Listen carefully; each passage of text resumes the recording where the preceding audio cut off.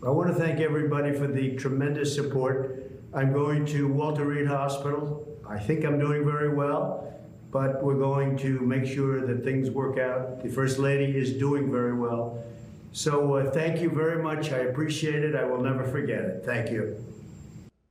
President releasing that statement on Twitter just before going to the hospital.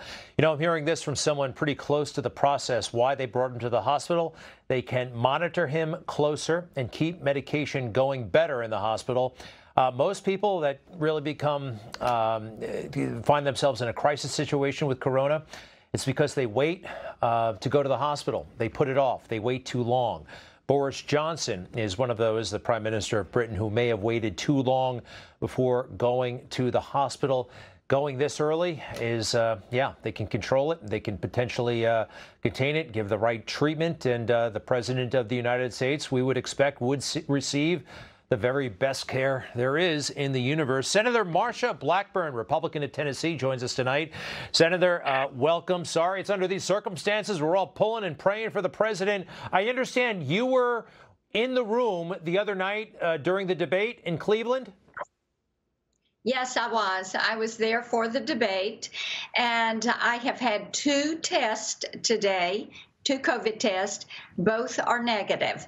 So we are doing well. We wish the president and Mrs. Trump well as any others that were exposed. I understand that Hope Hicks is quarantined at this point as she is tested positive for COVID also. But yes, this is a serious virus, as I tell everyone. Wear your mask, wash your hands, use sanitizer, and let's all focus on getting through this together. And I'm pleased, Greg, that the president is going on to Walter Reed, because there are they have more equipment there. They can monitor him more closely, treat him more quickly, because we need to get him back on the campaign trail so that we can make certain that we win this election November 3rd and Donald Trump has 4 more years. Absolutely. We want him back out there. We need him back out there. And it would be great if he can get over this in just a couple of days. The debate, by the way, did you travel with the president on Air Force One? I know sometimes he takes members of Congress and the Senate. Did you go with them on the plane? I did. Jim Jordan and I were each on the plane with him going out. And then we stayed out there doing media and flew back the next day on Wednesday. So anyway, we were. That is why I was tested twice today. I had a quick test and a PCR test. Each were negative. We're watching. OK, here's back to the debate the other night. Again, you're in the room. On the plane, though, social distancing on Air Force One. I believe I've been on it a few times myself. It's been a while, but it's a very big plane, a 747, of course, and probably, 30 or 40 people on it, something like that. So you can actually keep your distance on the plane. Were you all keeping your distance from each other, including the president? Yes, I was socially distanced. I wore a mask, so I felt as if I had taken every precaution. As I said, I always use lots of hand sanitizer, wash my hands. Pretty careful about this, as I think everyone should be very careful about this. Well, you wouldn't be surprised that they're trying to play the blame game right now, the blame game.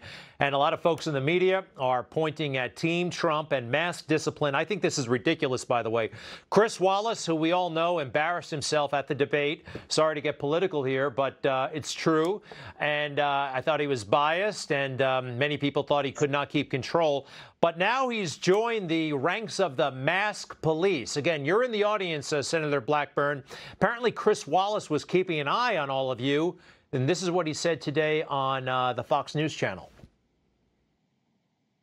Trump side of the hall, Mrs. Trump came in wearing a mask, but took it off once she sat down. I didn't see when they came in, but all the other members of the first family that I saw there, including Ivanka, Tiffany, when they sat down, they weren't wearing masks. I'm told by the pool of reporters who was there that somebody from the Cleveland Clinic came up to the first family. I believe this was before Mrs. Trump sat down, and offered them masks in case they didn't have them, and they waved them away.